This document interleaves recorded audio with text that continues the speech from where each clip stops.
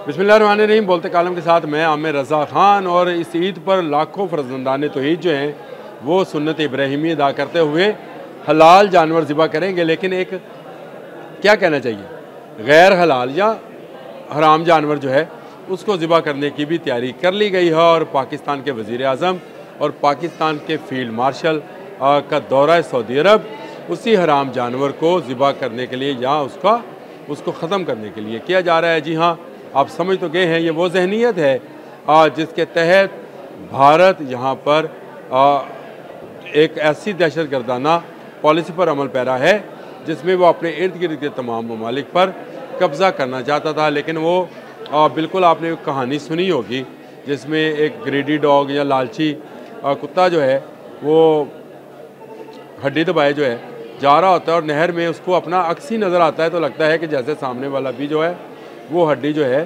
वो छीन लेगा। और वो मुंह खोलता है जैसे ही, वैसे ही हड्डी उसके हाथ से या उसके मुंह में से निकलकर पानी में चली जाती है। और ये इसका इंजाम ये बताया कि लालच बुरी बला है। भारत ने लालच की और उसने पहले बांग्लादेश में इन्वेड करने की कोशिश की, नेपाल में करने की कोशिश की, मार खाई, फिर पाकिस्तान पर चढ़ आया।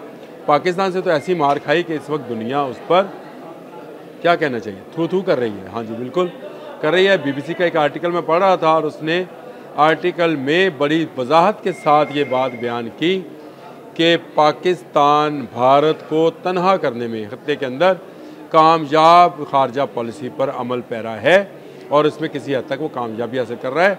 उन्होंने बताया कि सऊदी अरब और ईरान के वज़ीर खारजा का पाकिस्तान का दौरा, पाकिस्तान के वज़ीर आज़म का तुर्की, ईरान, ताजिकिस्तान, उज़्बेकिस्तान, आज़रबाईजान का दौरा और अब सऊदी अरब का दौरा इस बात के गम्माज़ है कि इस खत्ते के अंदर भारत का अब कोई दोस्त नहीं रहा है।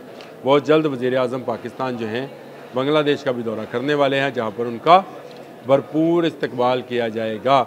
और यहाँ भारत जो है वो तन्हाई का शिकार होता चला जा रहा है। उसने लालच किया था लेकिन अब कश्मीर भी उसके हाथ से निकल जाएगा। मैं आज इंडियन चैनल्स देख रहा था तो वो कह रहे थे कि सूत्रों के अनुसार वहाँ पर सऊदी अरब में वह पाकिस्तानी प्राइम मिनिस्टर मदद मांगने गए हैं, फील्ड मार्शल साथ हैं। अब जितना मर्जी शोर मचाएं, सऊदी अरब जो है वो हमारे लिए एहतराम की जगह है। पाकिस्तान के वज़ीर आज़म और पाकिस्तान के फील्ड मार्शल आसिम मुनीर वहाँ पर ईद मनाने गए हैं जहाँ, और ये ईद वो ईद है जिस पर कुर्बानी की जाती है। ईद कुर्बान भी ये वहाँ पर मनाएंगे।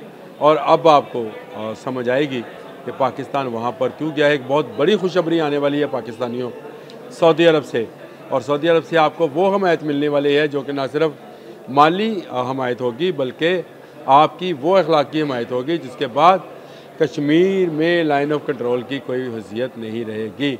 मोहम्मद बिन सलमान जो उनके अभी तो यही कहना चाहिए कि वो सुल्तान तो नहीं हुए, बादशाह तो नहीं बने हैं, वली अहद हैं, लेकिन उनके साथ होने वाली मुलाकात जो है उसकी बहुत तकलीफ़ है सरहद पार भारतीयों को। और वो ये समझ रहे हैं कि पाकिस्तान ने किसी हद तक कामयाबी हासिल कर ली। अब तो खुद भारतीय मीडिया में बैठे लोग भी इस बात का इतराफ़ कर रहे हैं कि पाकिस्तान की खारजा और पाकिस्तान की दिफाई पॉलिसी जो है भारत से कहीं बेहतर है। भारत को इस वक्त कहीं से कोई इमदाद, कोई उसकी हमायत जो है नहीं मिल रही है, जबकि पाकिस्तान आहिस्ता आहिस्ता तमाम ममालिक को भारत से दूर करने का जो है काम पर अमल पैरा है। अफ़गानिस्तान भी उससे दूर हो गया क्योंकि काबुल में हम मुस्तकिल सफ़ीर लगाने जा रहे हैं जो वहाँ बैठ कर पाकिस्तान के मफादात की निगरानी करेगा। यह आज से पहले सोचा नहीं जाता था, लेकिन मैंने आपको कहा था कि चीन में अफ़गान वज़ीर खारजा का बुलाया जाना और इसहाक डार से मुलाकात कराना बहुत मायने रखता है। और अब सऊदी अरब में जो है वो हमारा जाना जो है ये बड़ा ज़रूरी था। ये जो सीज़ फायर हुआ था इसमें ट्रंप के साथ साथ अगर कोई दूसरा दोस्त मुल्क था तो वो सऊदी अरब था, जिसके कहने पर हमने सीज़ फायर किया था। लेकिन अब हम क्योंकि लाइन ऑफ कंट्रोल वाला माहिदा जो है उसको ख़त्म करने जा रहे हैं। अगर सिंतास माहिदा नहीं है तो लाइन ऑफ कंट्रोल वाला माहिदा नहीं है, तो कश्मीर हमारा अटूट अंग था, अटूट अंग रहेगा। और कश्मीर कश्मीरियों का है, जो वह फैसला करें। वहाँ पर जब आप इस्तिस्वाब राय करवा लें, वहाँ पर आप जो है एक तरह का इंतखाब करा लें या जो भी आप उसको कहें रेफरेंडम करा लें, वहाँ पर तमाम कश्मीरी पाकिस्तान के साथ शामिल होने को वोट देंगे और पाकिस्तान अब इसकी ग्राउंड बना रहा है, क्योंकि पाकिस्तान ने ये मसला लेकर जाना है कौम मुत्तहिदा में और वहाँ पर इस मसले को उठाना है। तो हमें जिन जिन ममालिक की हमायत दरकार होगी, जो हित्ते के ममालिक हैं, सबसे पहले तो उनकी हमायत दरकार होती है कि हित्ते के रहने वाले हित्ते में मौजूद ममालिक क्या सोचते हैं और उनकी खारजा पॉलिसी कैसी है। उसके बाद बाकियों की बारी आया करती है। तो पाकिस्तान ने ये हमायत हासिल करना शुरू कर दी है। सऊदी अरब से क्या आने वाला है ये आपको बजट में पता चलेगा। सऊदी अरब से हमें रियायती नरखों पर ऑयल मिलने वाला है, जो कि ऐसे कीमत पर मिलेगा जो हमने अभी अदा भी नहीं करनी है। यानी वो पैसा जो $3 अरब सऊदी अरब ने हमारे बैंकों में रखवाया था बुरे वक्तों में, जब ये कहा जा रहा था कि पाकिस्तान डिफ़ॉल्ट करे जाएगा, उसी को रीशेड्यूल किया जाएगा और उसी के बदले में दोबारा से ऑयल दिया जाएगा और पाकिस्तान के लोगों के लिए बेपनाह और खुशखबरियाँ जो हैं इस दफ़ा सऊदी अरब से आने वाली हैं।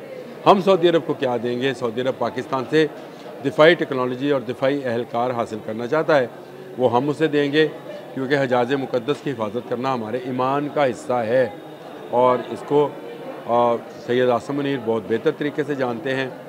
दोनों साहबान जो इस वक्त गए हैं, यानी हमारे वज़ीर आज़म, हमारे फील्ड मार्शल, दोनों बहुत अच्छी तरीके से अरबी बोलना और समझना जानते हैं और शहज़ादा मोहम्मद बिन सलमान के साथ जो उनकी गुफ्तगू होनी है, जो मुलाकात होनी है, उसने हित्ते पे क्या दूरस असरात मुरतब करने हैं। आपको पता है कि इससे पहले ट्रंप यहाँ से होकर गया है और अरबों डॉलर के वादे और मुआहदे जो है और MOU जो हैं वो साथ लेकर गया है और उसको अगर वो सऊदी अरब के ख़िलाफ़ जाएगा तो तमाम मुआहदे उसके ख़त्म हो सकते हैं, जो कि वो नहीं चाहेगा। तो पाकिस्तान ने right time to right shot जो है खेलने का फ़ैसला किया है।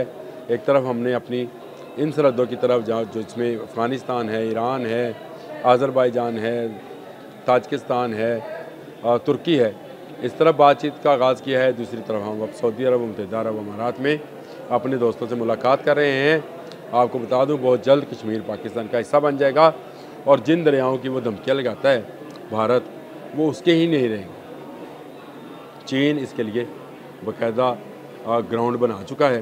भारत बहुत जल्द पछताएगा और वो लालची कुत्ते वाली मैंने आपको कहावत जो सुनाई है, वो कोई गाली के लिए नहीं सुनाई, वो सिर्फ इसलिए सुनाई है कि लालच बुरी बला है। भारत ने जो लालच की है उसकी सज़ा अब उसको मिलने का वक्त आ गया है। सऊदी अरब से ढेरों खुशखबरियाँ जो हैं पाकिस्तान के वज़ीर आज़म और पाकिस्तान के फील्ड मार्शल लेकर वतन वापस आएंगे। इस ईद के बाद बड़ा धमाका होने जा रहा है और ये बड़ा धमाका सऊदी अरब के तावन से होगा। खुशहाली का धमाका है ये और पाकिस्तान के लोगों की खुशहाली सबको अजीज़ है। अब तक के लिए इतना ही।